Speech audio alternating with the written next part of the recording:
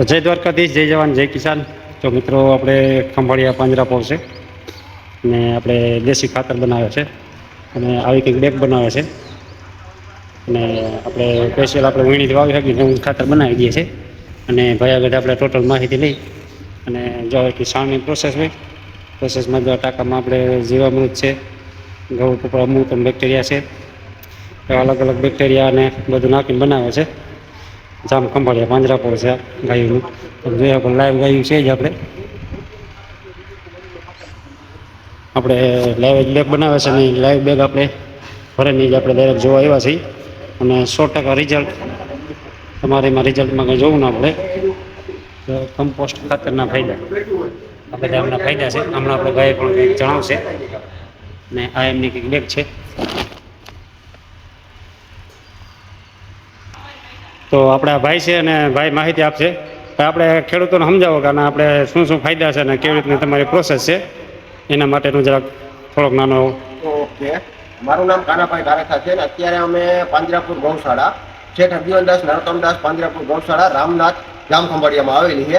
ત્યાં આપણે fertiliser unit છે, ત્યાં ઓર્ગેનિક ફર્ટિલાઇઝર બને છે. હવે ફર્ટિલાઇઝર કઈ રીતે બને એના વિશે હું તમને થોડીક માહિતી આપી દઉં. આપણે ઓર્ગેનિક ફર્ટિલાઇઝર ગાયના છાણ આધારિત બનાવી છે, જેમાં કમ્પોસ્ટ ગાયના છાણમાં નાઇટ્રોજન, ફોસ્ફરસ, પોટેશિયમ અને માઇક્રોરાઇઝા એડ કરી અને એક સુવ્યવસ્થિત ફર્ટિલાઇઝર બને છે. જેનું પેકિંગ 40 કિલોનું આવે. આ રીતે તમે જોઈ શકો છો.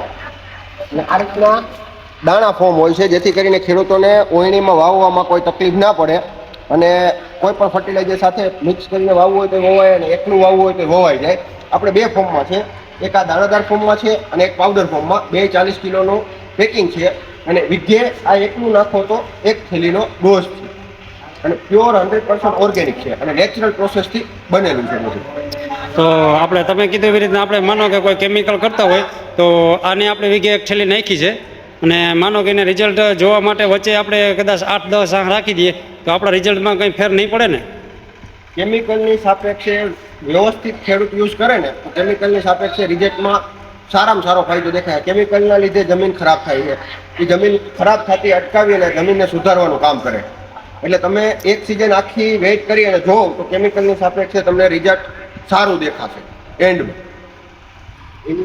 તો મિત્રો આ છે આપણે આનું વેઇટિંગ મશીન છે અને આમાંથી આપણે છાણ સારી અને પછી જો તમે આપણે આવી રીતના અલગ અલગ આપણે આ થોડું મિક્સ બનાવેલો માલ છે અને આ આપણે સ્પેશિયલ છાણ છે જે બેક્ટેરિયા ભેરવેલા હોય અને આ પછી લોકો આ બધી પ્રોસેસ કરી અને પછી આપણે આવી રીતના દાણા બને છે.